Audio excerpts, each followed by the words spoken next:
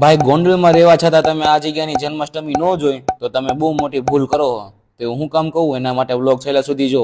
તો મિત્રો આજે અચાનક ખવારમાં મારે ખોડલધામ જવાનું થયું. તો મેં પપ્પાને પૂછ્યું આપણે શું કામ જવું? તો કે તું ચૂપચાપ બે તારે આવાથી કામ ને.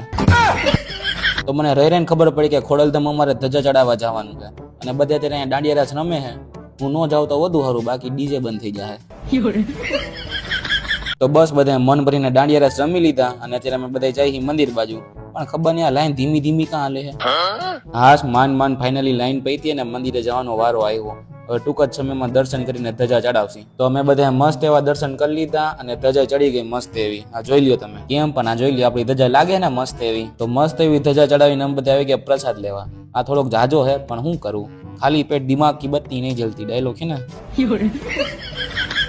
તો પ્રસાદ લઈને અમે ખોડલધામથી પાછા આવી ગયા ઘરે અને ઘરે પોગતા જ હું બાઇક લઈને નીકળી ગયો બહાર ગામમાં આટા મારવા. હા જો આટા મારતા યાદ આવ્યું કે જો તમારે જન્માષ્ટમીની સાચી મોજ લેવી હોય ને તો આવતા રહ્યો ભોજાજપરામાં. ત્યાં ડેકોરેશન એવું મસ્ત હોય અને ઉજવણી એવી મસ્ત થાય ને કે તમે જન્માષ્ટમી આ જેવી ક્યાંય જોઈ નહીં હોય.